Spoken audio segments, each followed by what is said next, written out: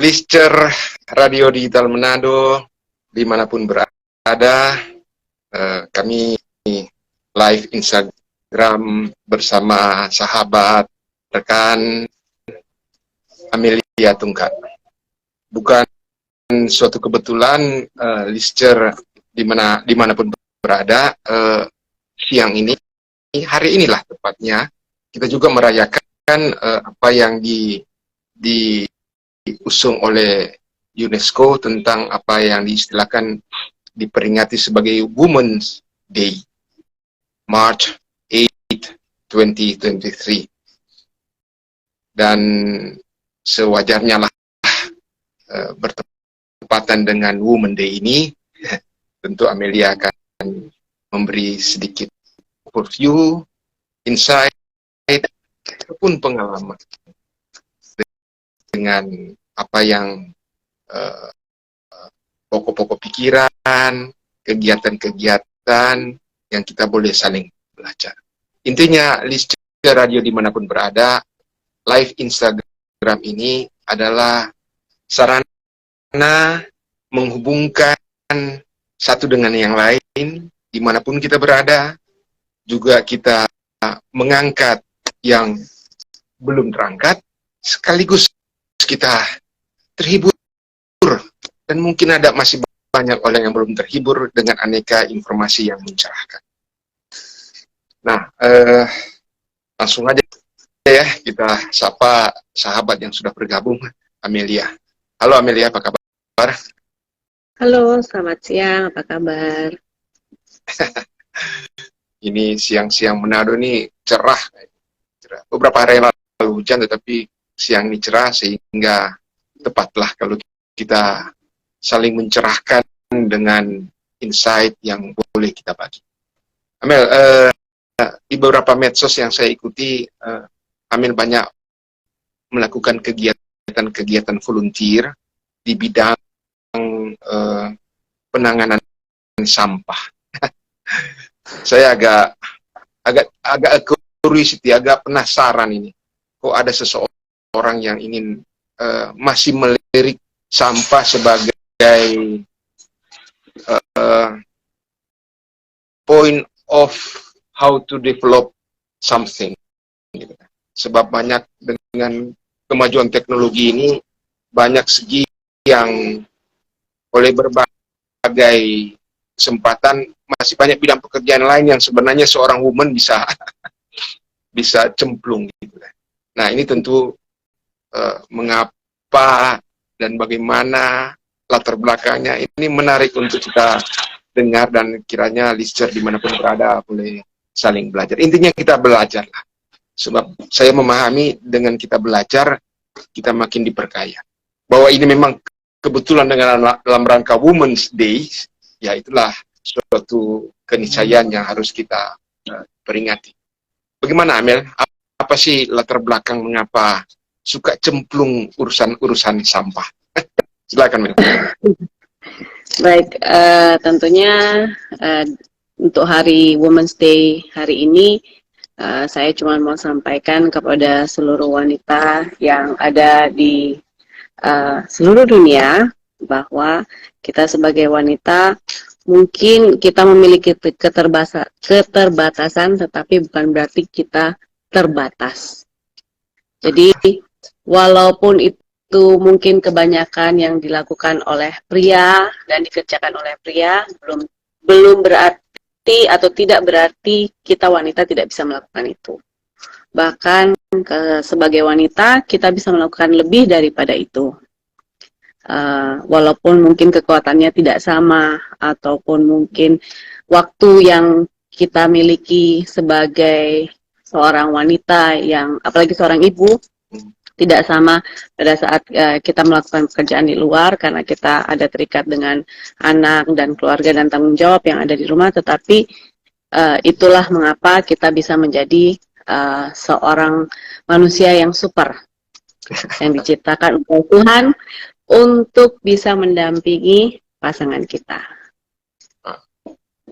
Mel, ini sebelum lanjut ke sisi sampah, saya menarik, ada lihat di medsos, banyak sekali kegiatan, tapi dalam rangka Women's Day ini kira-kira kebetulan diangkat topiknya pemberdayaan teknologi ya, gender equality by technology ya. Saya baca lagi ya, Women's Day ini temanya adalah Digital Innovation and Technology for Gender Equality. Ini kira-kira kalau dihubungkan dengan kegiatan-kegiatan yang sudah dilakukan Amel ini, apa ya, bisa dibantu lah supaya paling tidak gender equality itu bukan dalam rangka menjadi sebuah slogan saja ya, sebab banyak kali kan gender equality dianggap sebagai slogan untuk apa ya, saya pernah membaca ada dikotomi antara laki-laki dan perempuan, padahal sesungguhnya banyak pekerjaan harus dilakukan bersama-sama dalam rangka equality. Nah, Women's Day ini mengangkat innovation and technology. Ini bagaimana ini perspektif Amel ini? Saya rasa sekarang di zaman sekarang pun juga gender equality itu cukup balance ya, dan memang equal menurut saya, karena banyak juga wanita-wanita hebat di luar sana yang melakukan hal yang sama untuk pekerjaan pria. Begitupun juga dengan di bagian teknologi, seperti yang kita ketahui banyak para seperti digital workers also, semuanya juga ada beberapa yang wanita, bukan cuma pria saja. Jadi segala sesuatu bisa dipelajari, segala sesuatu sebenarnya sama pintarnya, sama bisanya antara pria dan wanita, tinggal kemauan kita aja. Ya betul deh. Jadi memang sependapat lah bahwa memang kemauan untuk berbuat itu menjadi dasar penting untuk jangan kita mendikotomi ya isu gender ini ya. Jadi seakan-akan laki-laki lebih kuat dari wanita ataupun wanita lebih kuat dari pria. Bukan soal bagaimana kuat-kuatan, tetapi bagaimana kita sebagai mitra untuk melakukan bersama ya. Begitu kira-kira, Amen? Benar. Melengkapi. Ya, kita kan manusia yang tidak hidup dengan seorang diri ya. Kita harus bersosialisasi, saling melengkapi satu sama yang lain. Ya, di sisi teknologi saya juga melihat bahwa banyak pekerja lah ya, famous woman person yang juga aktif di bidang teknologi ya. Ambil contoh, saya pernah baca malah di Facebook ya, salah satu pemimpin risetnya itu wanita gitu loh. Dan bahwa sekarang menjadi tantangan kita bagaimana mendorong wanita untuk juga terjun, bukan hanya di sisi yang hardware dan yang kotor seperti sampah, tetapi juga kan mendorong untuk yang di pekerjaan yang relatif banyak diberi brand itu milik pria. Bagaimana ini? Lah ya, itu yang balik lagi yang seperti saya sampaikan, bahwa bukan berarti kita wanita tidak bisa, kita bisa asalkan mau melakukan. Begitupun juga dengan pria. Bukan berarti asalkan tidak menyalahi kodrat ya.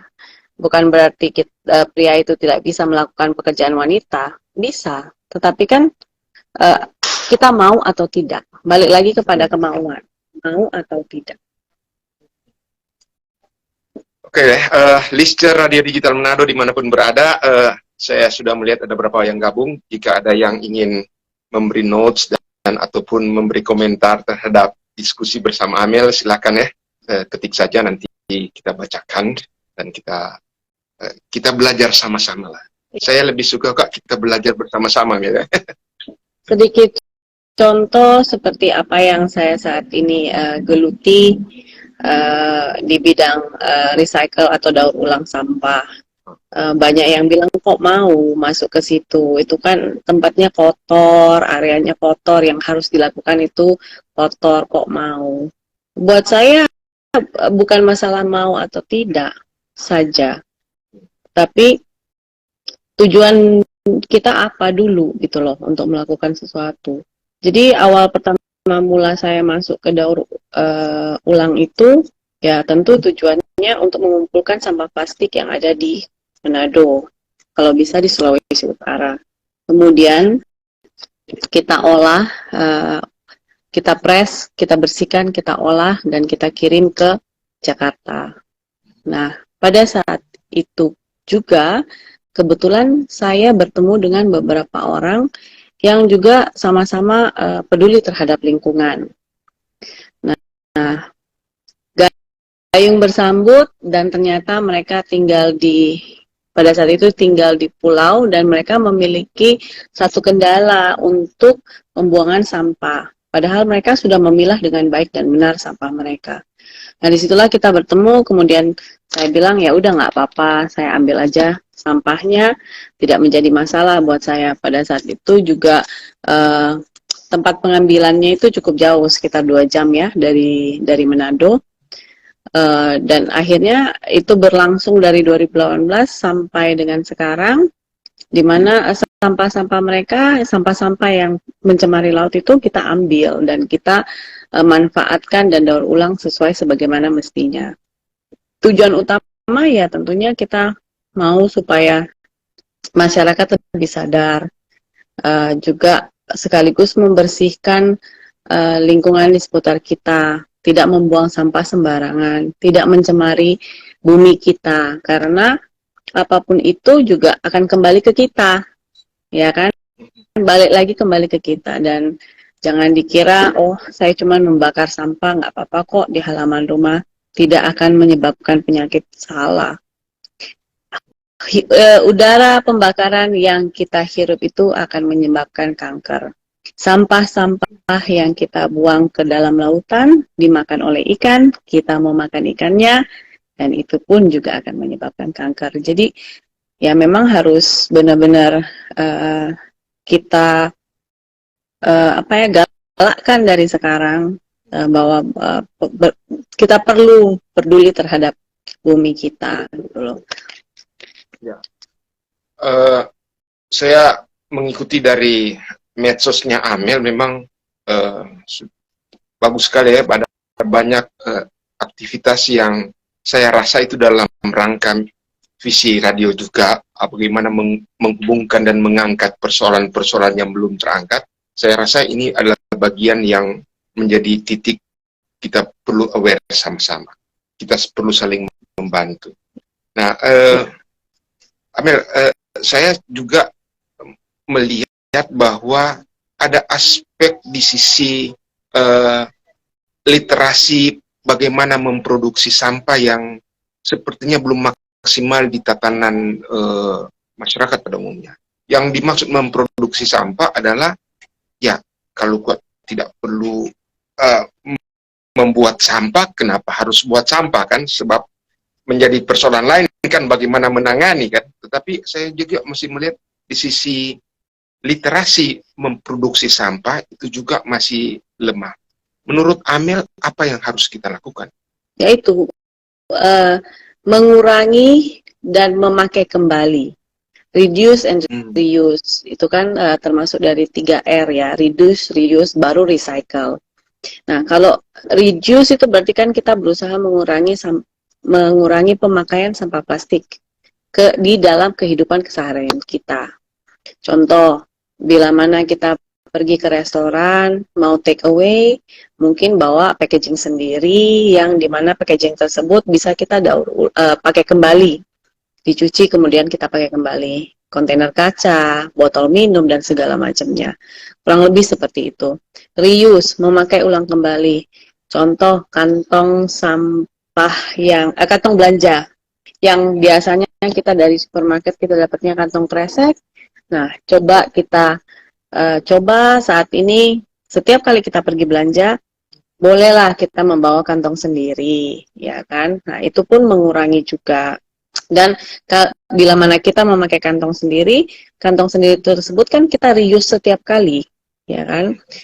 Selain mengurangi sampah, juga kita membantu pemerintah untuk lebih bisa lagi mengolah sampah-sampah mereka di TPA.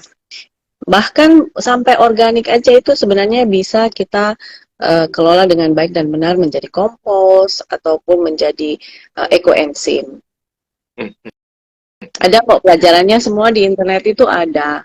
Nah, kita kan makhluk yang sangat pintar ya, manusia ini kan, kita manusia adalah makhluk yang super pintar, yang sehari-hari juga kita on the phone. Semua informasi Ya. bisa kita dapatkan di HP kita. Ya. Ya udah, ayo daripada kita TikTokan dan segala macam terus-terus, Ya. kita coba cari tahu bagaimana caranya mengolah sampah dengan baik dan benar untuk yang organik maupun yang non-organik. Kalau yang non-organik dan ingin didaur ulang, bisa menghubungi kami untuk kami ajarkan, pun juga bisa kami edukasi untuk sampah-sampah tersebut bagaimana cara mengolahnya dengan baik dan benar, juga bisa.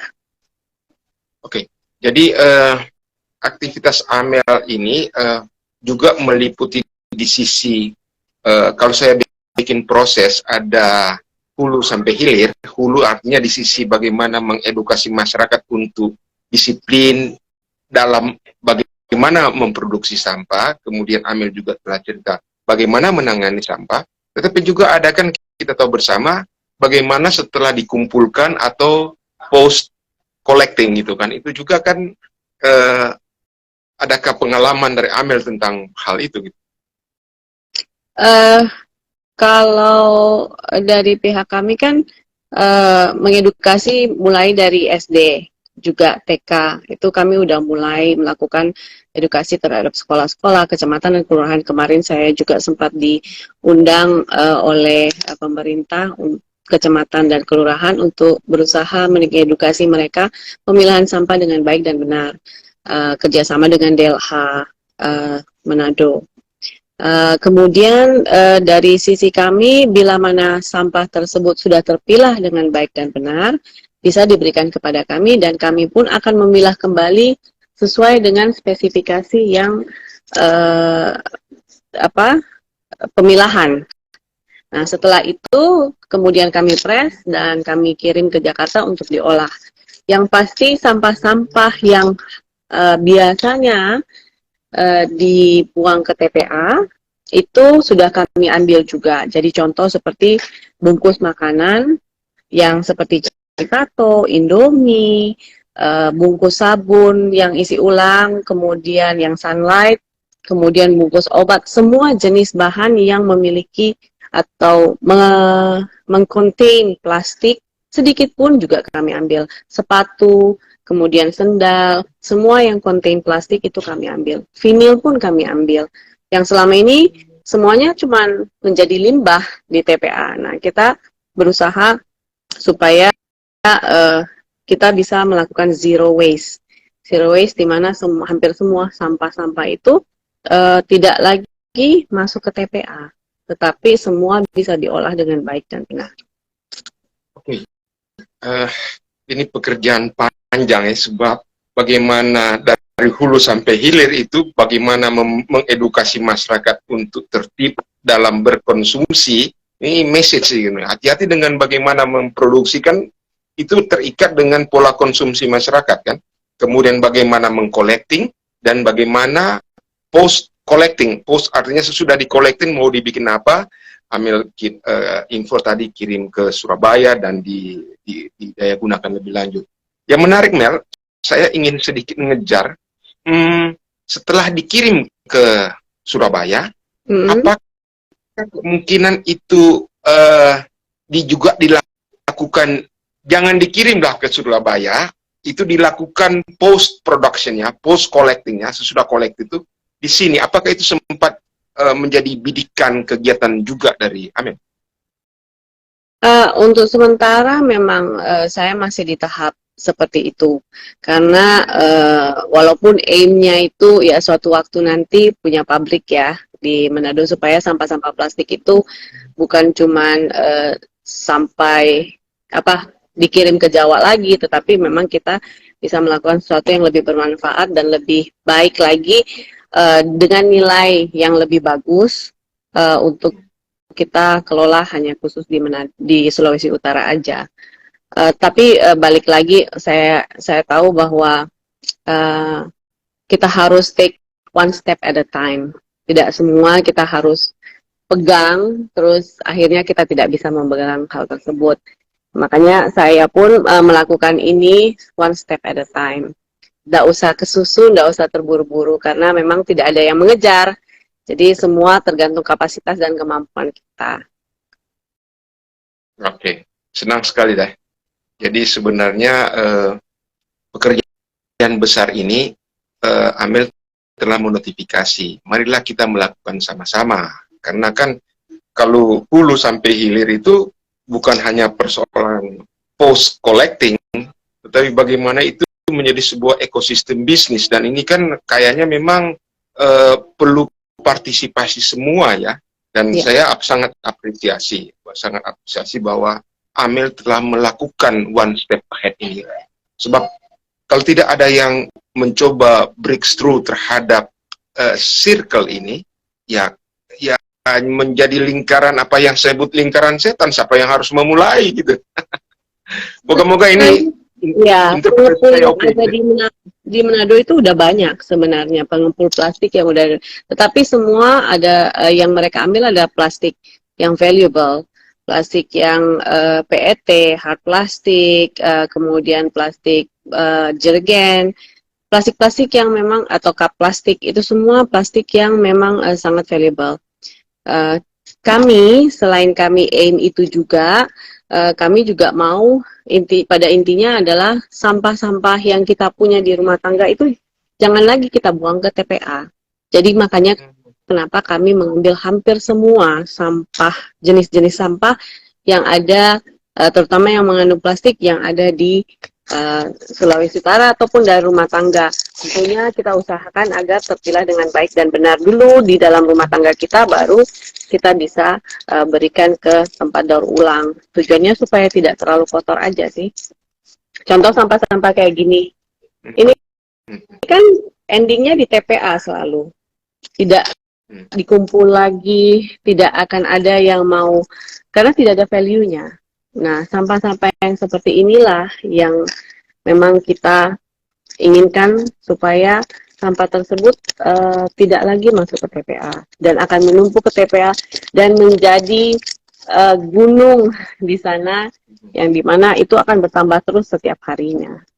Makanya kita berusaha untuk mengolah sampah yang ada agar tidak mencemari lingkungan kita. Oke. Sangat mencerahkan, Amel. Mungkin kembali ke topik Women's Day, gender equality itu bermakna message, marilah kita menjadi mitra ya, sebab kayaknya janganlah kita memaknai gender equality dalam rangka mendikotomi.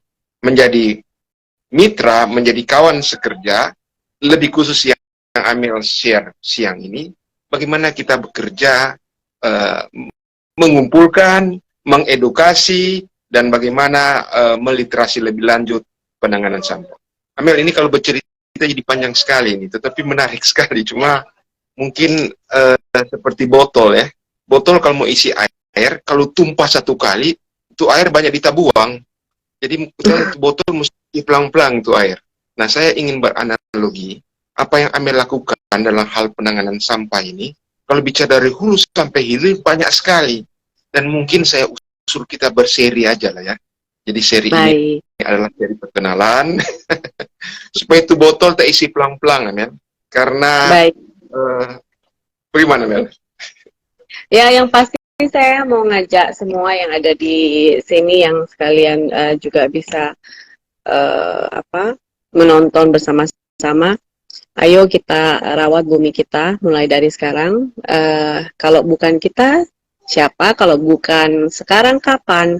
Karena tentunya kita tidak mau anak cucu kita memakan butiran-butiran plastik yang tidak kita lihat dan akhirnya mengakibatkan cancer terhadap tubuh mereka. Oke, Mel, kita bikin serial aja lah ya. Video juga nggak terlalu lama juga, nggak banyak yang nonton ya. Jadi kita harus singkat-singkat supaya kita banyak message, banyak air yang tak isi di botol. Saya menggunakan bahasa yang populer agar persoalan sampah ini menjadi populer bagi kita semua. Ya, moga-moga pertemuan siang ini bermanfaat dan salam sukses untuk Amel. Terima kasih banyak untuk sharing pengalaman. kami masih merindukan insight lebih lanjut dari Amel di penanganan sampah, di persoalan kewanitaan, dan terlebih bagaimana kita menjadi mitra untuk mengangkat, menghubungkan, dan terlebih menghibur siapa saja yang ingin bekerja bersama. Terima kasih, Amel. Sampai ketemu lagi. Bye. Oke, bye-bye.